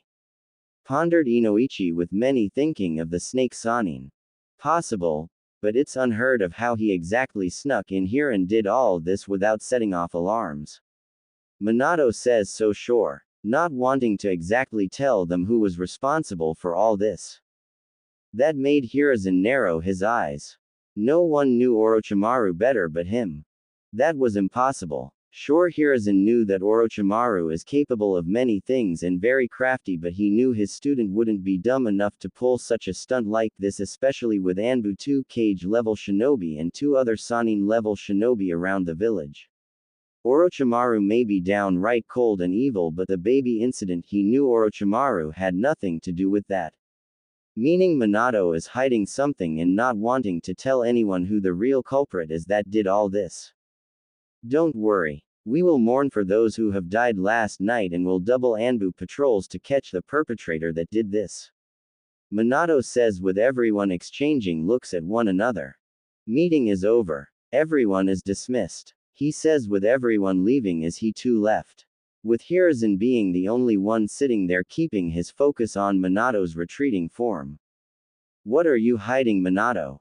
Hiruzen thought. With Kushina, who was still in the motel sitting there with a sake bottle in her hand as she heard what has happened. She didn't even come to the meeting. She didn't even give damn.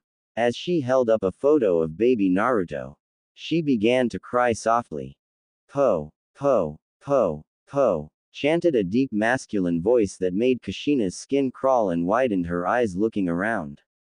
She brought out her chakra chains. Po, po, po. Po, po. Kushina looked both ways on guard. P.O. Kushina jumped and directed all her chakra chains at something. Only to see her hit nothing but the wall. She gave a sigh of relief. Maybe her mind is playing tricks on her. Mother, says a voice that made Kushina widen her eyes. Mother, are you in there?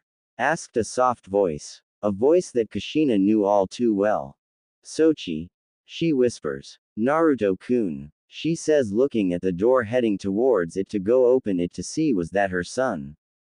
Come mother. Open up the door, says Naruto. Kushina desperately runs to the door and opens it. Only to widen her eyes seeing no one was at the door. Where is he? Where is he, damn it? I know you are here. Cut the shit. Where is my son? Give him back. Kushina screams out in rage. Give him back to me, damn it. Give him back. Raged Kushina with hot angry tears. Hachishiku-sama, give him back to me. Kushina says in a cold whisper. Hachishiku-sama, screamed Kushina looking rabid. There was only silence. Tap, tap, tap, tap, tap. It was then Kushina heard tapping on the window. Turning towards it, she saw a slender hand. Narrowing her eyes, she ran to the window and saw Hachishiku-sama standing near a light pole. With an unsettling, creepy smile. Kushina felt a chill run down her spine. As both her and Hachishiku-sama eyed each other. For mere moments neither broke eye contact. Where is he? Where is he, you child-killing bitch? Give me back my son. She yelled as Hachishiku-sama's creepy, disturbing smile never left her. As Hachishiku-sama laughed darkly. Hachishiku-sama looked at Kushina with wide eyes and snarled demonically as she opened her mouth, unhinged her jaw, revealing sharp demonic teeth and a long tongue. The sight of it made Kushina flinch and felt her blood turn cold.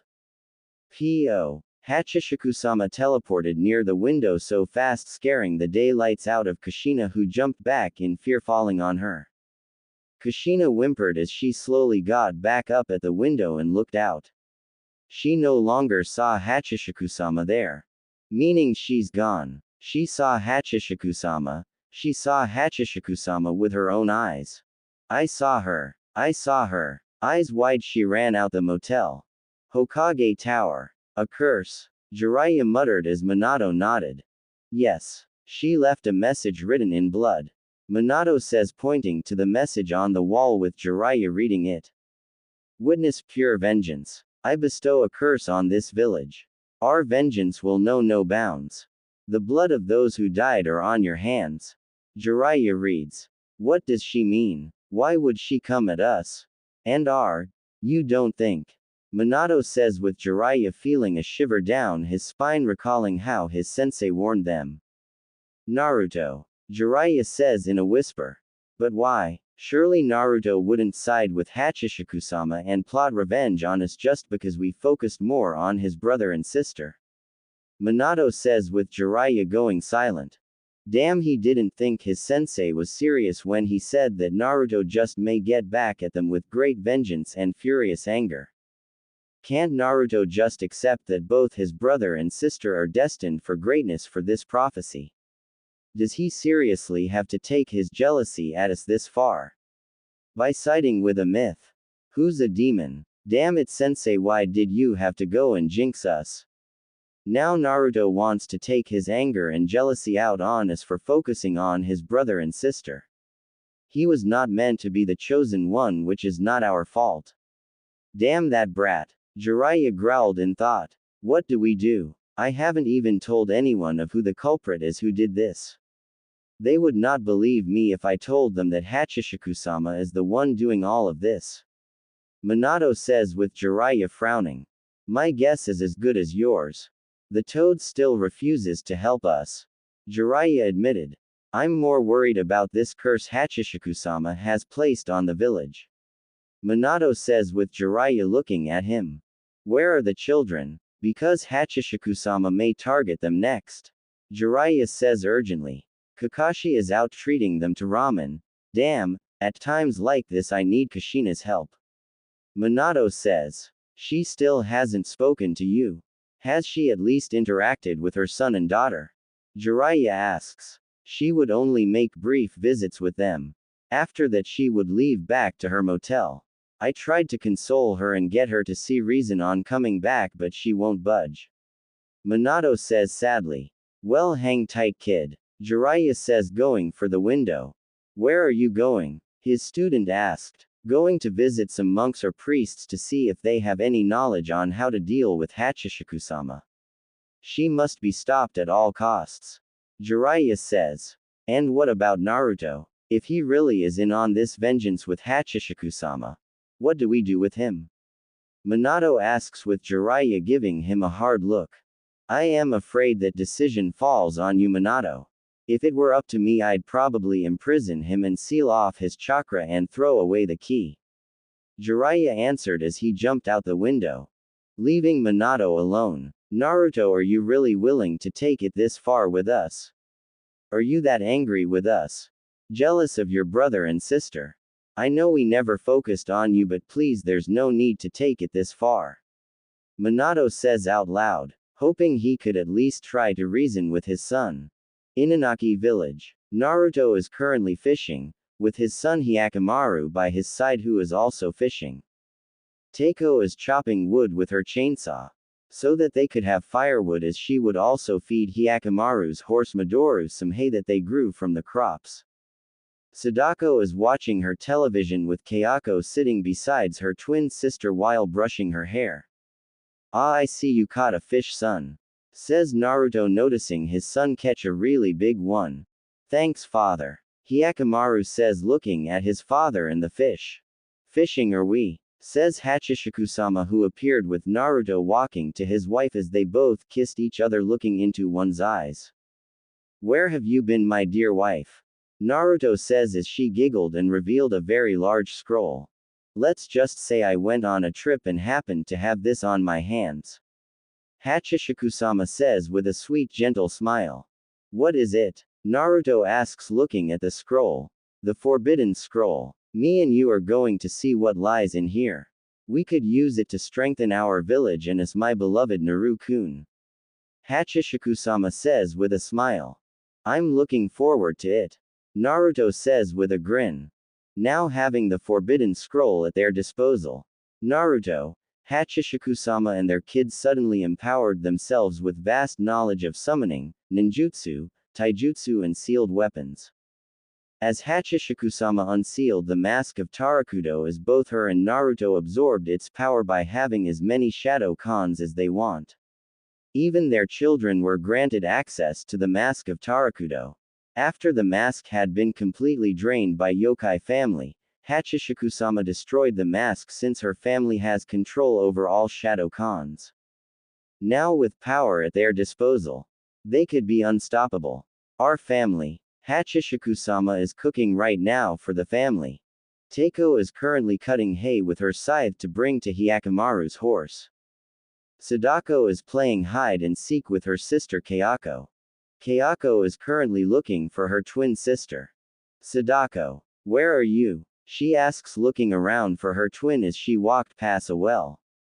Sadako quietly came from her well, smiling that her sister can never find her here in one of her favorite hiding places. This well was her favorite hiding area. But also her television is also her hiding place, since she can go inside the television. As she quietly walked away before Kayako would notice that her sister was in that well the whole time. Hyakkimaru is practicing archery. As he finished hitting every bullseye on each target, Naruto comes into the kitchen, surprising Hachishikusama with a kiss while stroking her tall body. Naru-kun," Hachishikusama moaned, feeling him behind her. "What's for dinner?" he asks while leaning close on her, inhaling her ever so vanilla scent. "Oh, I'm making a large dinner. Since you and Hyakkimaru-kun did some fishing, we'll be having lots of roasted fish," Hachishikusama says.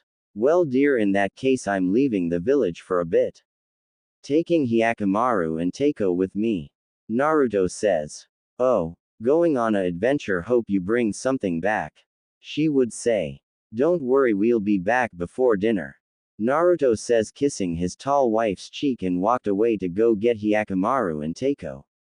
With Jiraiya, who had visited Fire Country's temple of monks and priests, to try and get any knowledge on Hachishikusama and how to stop her. "Welcome, how may I help you?" asked a head monk. "Hello, I am Jiraiya of the Toads. I'm sure you've heard of me," Jiraiya introduced, with the head priest raising a brow. "And just how may I help you?" the head priest asked. "I need some information about Hachishikusama. I want to know how to defeat her or kill her at least," Jiraiya asked, with the head monk frowning while having a grim expression that Hachishikuama is brought up.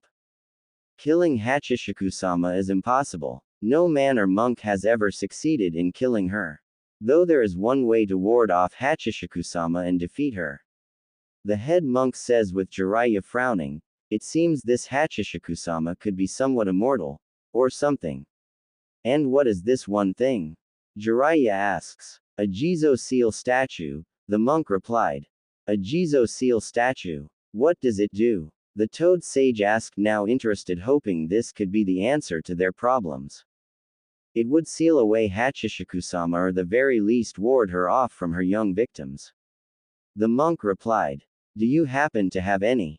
The toad sage asked. We only have 2 just in case the 8-foot yokai so happens to return, because last I checked she was sealed away by monks in the West decades ago. But I guess she's back. The monk says. What do you mean? Jiraiya asked. I've been hearing rumors of 20 kidnapped young boys and girls here in Fire Country and had prayed to Kami that the Hachishikusama wasn't back in the elemental nations. The monk replied, with Jiraiya widening his eyes. Could we borrow both of your Jizo seal statues? I need them to capture Hachishikusama and seal her away. I have to protect my godchildren. Jiraiya says, with the head monk frowning. I see. So your godchildren has been targeted by Hachishikusama. The monk said, with Jiraiya nodding. Yes. Both of them are liked by Hachishikusama. Jiraiya lied. Even though he was unsure if Hachishikusama was going to target Menma and Naruto. Very well. Take good care of them. They are the last ones we have, and be well. The head monk says, giving Jiraiya the 2 statues. Now sealing them in the scroll, he thanked the monk and decides to leave and goes back to Konoha to report to Minato. Konoha at the moment. Menma is looking for someone, and he's looking for a certain Hyuga heiress. He smiled when he saw her leave the bakery as she went to grab a box of cinnamon rolls. Can you blame her though? That's her favorite snack. Cinnamon rolls are best. Especially the Cinnabon kind. Heya Hinata. Menma greeted as the Hyuga heiress turned around and saw who it was as she used her father's cold glare at the boy she loathed. Who was directly responsible for making Naruto leave? What do you want? Hissed Hinata. Come on now, Hinata-chan. Why so cold? I only came to ask you, would you like to go on a date with me? He says, looking at her reaction as she scowled at him in disgust. No, she says, turning away. Oh come on. Please Hinata-chan. I want you to be my girlfriend. You should be honored to date the son of the Yondaime Hokage. Menma boasted with an arrogant smile. The answer is no. I don't date spoiled brats. Hinata replied back coldly, with him now looking angry and hurt by that. As she walked away. So you still miss that worthless idiot? It's been 6 years. Forget him, Hinata. Naruto is gone. Or he's probably dead. You should move on and be with me. I don't understand what you see in that pathetic idiot. He's nothing. He's not even a clan heir. I've been made clan heir. Me and my sister Naruko are worthy. Menma says as Hinata suddenly stopped in her tracks and flared her Byukugan, glaring at Menma. She suddenly put down her box of cinnamon rolls. What do I see in him? You say. I'll answer that. He's a kind-hearted boy who isn't arrogant and likes to be a show-off all the time. He was denied love by his own mother and father, even his own godparents. Spoiling you and Naruko as if you are Kami's children. And because of that he ran off with some tall woman. I hate you, Menma. I'll never be your girlfriend or your friend. I'll never forgive you and your family for what you have done. With speed she moved to strike Menma with a gentle fist strike that was until Naruko arrived and got in Hinata's way, shielding her brother. Hinata, please. Naruko pleaded. Get out of the way, Naruko. Hinata says with anger. Please wait. Listen to me. I know I have been somewhat responsible for my brother to leave, but please don't do this. It's not worth it. Please don't hurt him. Naruko pleaded, with her brother scowling at her, seeing that his sister is saying it's her fault that he left. It's his own fault that left. Hinata glanced at both Namikaze siblings with anger. As she counted to 10 to calm herself. As she looked calm but glared at the two. Fine. But know this. If he keeps this up, he'll be put in Konoha General Hospital. Hinata turned away, picking up her cinnamon rolls and left. She won't hurt me. Menma says as Naruko turned around and slapped her brother across the face. What the hell was that for? he yelled, rubbing his cheek. You know exactly what it was for. For being in. You're lucky I was able to talk some sense into her from pounding your dumb. Naruto hissed. I could have handled her. Besides, she's going to be my future wife someday. She has to learn to move on and forget. Naruto is dead. She doesn't need him anymore. Menma yelled with his sister glaring at him. She's a human being, not an object. She can be with whoever she wants, and don't you dare say Naruto is dead.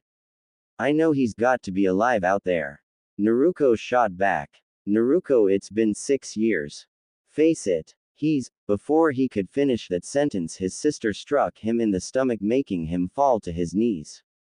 I can never understand how am I related to you. Leave Hinata alone, because if you don't expect me to save you again. Naruto says angrily as she walked away, with Menma glaring at his sister's retreating form. Damn you, Menma thought. With Kushina now on her way to Minato's office, she was going to knock on the door until she heard Minato's voice in the room. That's the Jizo seal statue. That's going to protect Menma and Naruto from Hachishiku-sama. Minato says. Yeah, kid. Also rumored to have sealed her away, Jiraiya answers. What makes you think she'll come here and attack again? She'll know the Jizo seal is here to ward her off from Konoha. Minato says. She's only wasting time traveling from the west to come to the east and surprisingly attack us. Jiraiya says, with Kushina widening her eyes. The west? Is that where Hachishiku-sama is from? Yeah. If she does come here, all I have to do is seal her away. Jiraiya boasted with a smile. Yeah. But what about Naruto? Minato asks as Kushina listened closely. Minato. That brat has been nothing but trouble. He's willing to get back at us all because we picked his siblings over him when he's not the chosen one. It's not our fault. I say forget about him. To me he's dead. Jiraiya spoke with Kushina on the other side of the door, gritting her teeth and narrowed her eyes. Sensei, he's still. Look, someday we can reason with him and get him to see why we did what we did. Minato says, with Jiraiya snorting at that. And if he doesn't? What if he is trying to get revenge at us still? Jiraiya says. Then I will have no choice but to lock him up and seal away his chakra. Let him stay in prison to think about what he has done. Minato says. Kushina looked livid at that suggestion, as she quietly walked away from the door and left the tower. Going to her home, she sat down. The kids weren't home, probably out. As she glanced at the pictures, seeing a picture of her, Minato, Menma, Naruto and Naruto in the corner with a sad expression. She then looked at a picture of Mito Uzumaki, who gave her a stare of anger. She flinched. As she looked back at a picture of baby Naruto, her firstborn, she knows what she must do. She must try and make things right.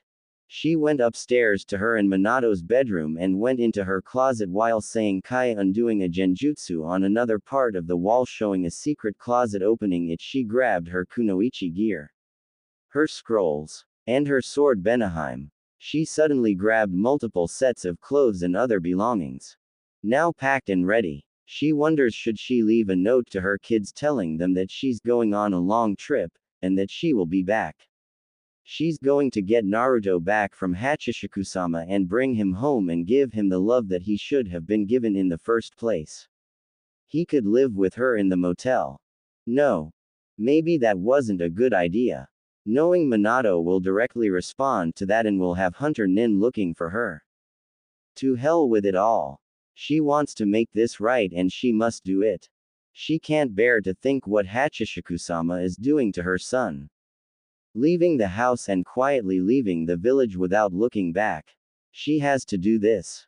Naruto and his 2 kids Hyakkimaru and Teiko are with him.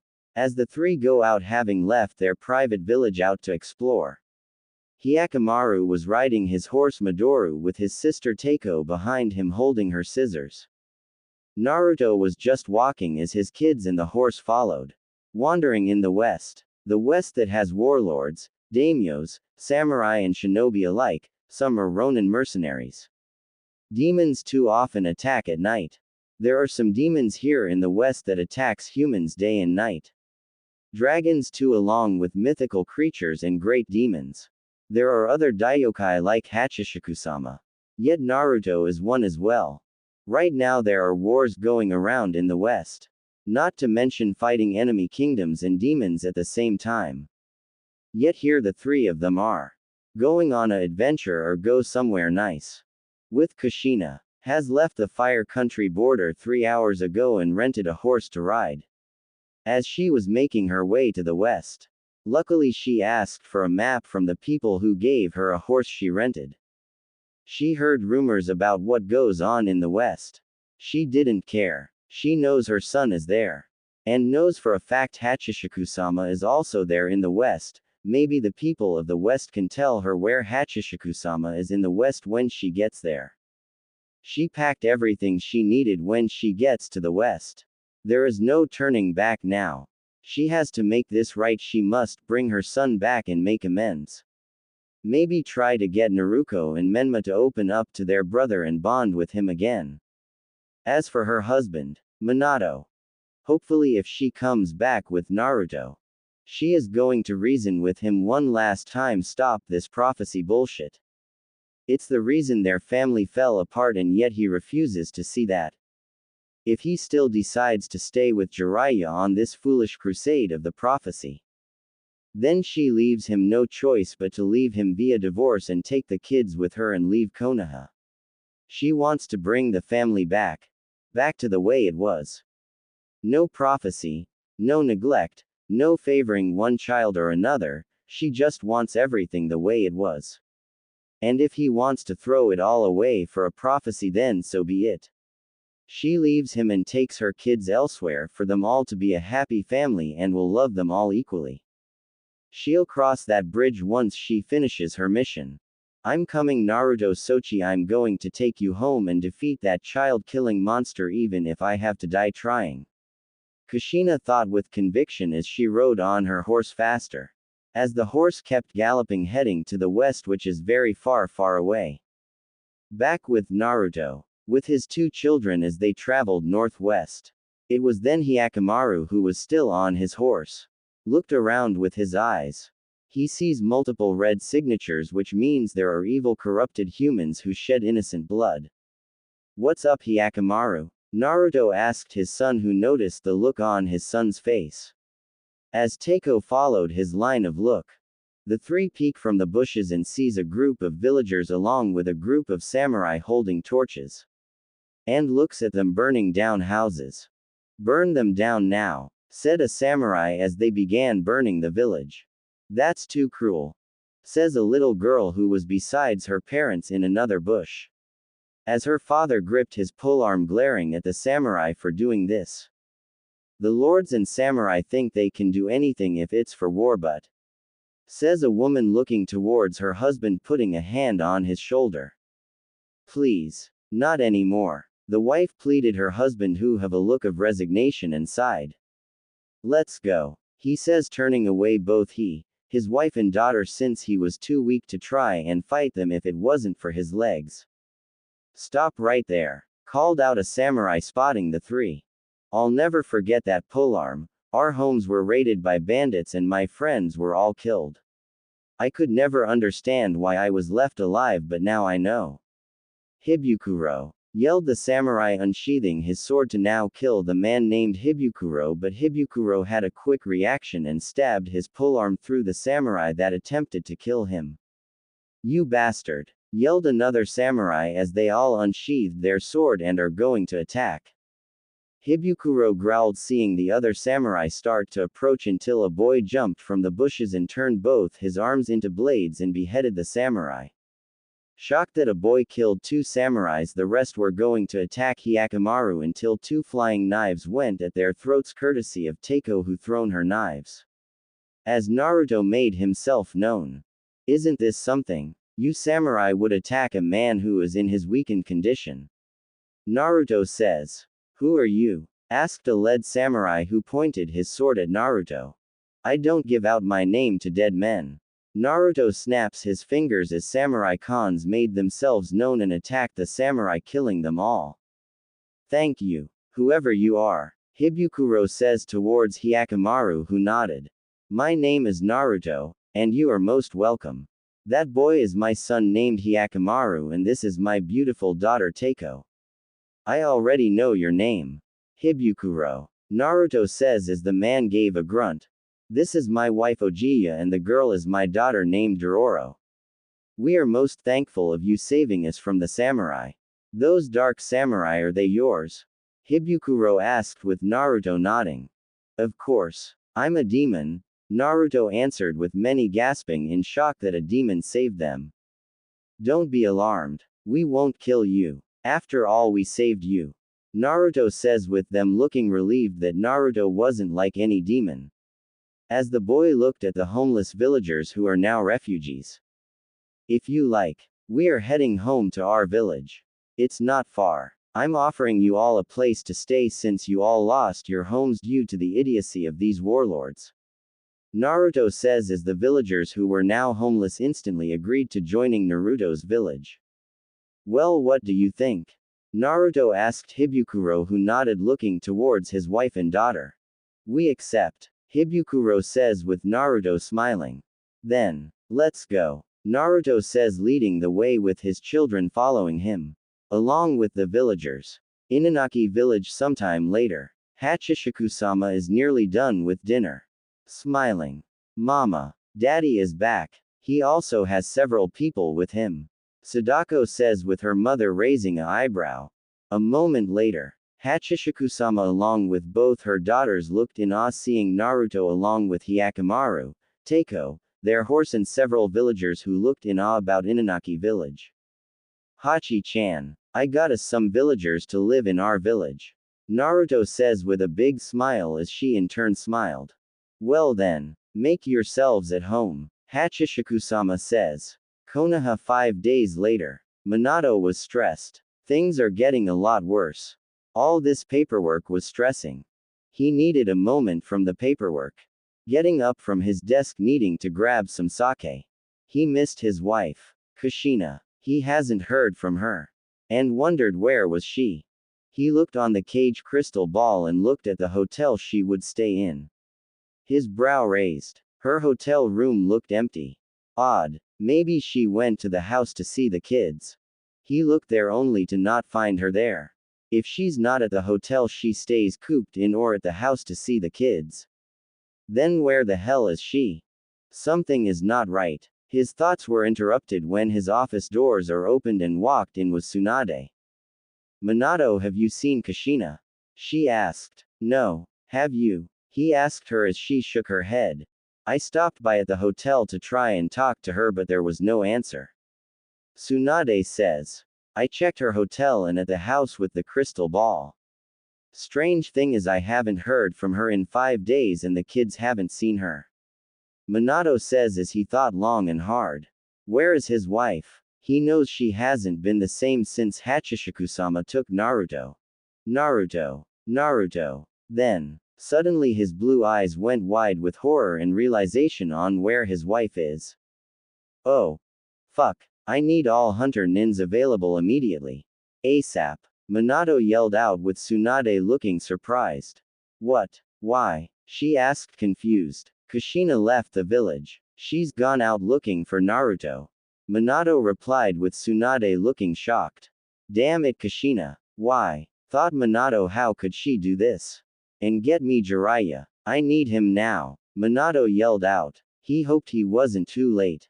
Hopefully the hunter nins and Jiraiya will find Kushina and bring her back. How will he explain this to Naruto and Menma?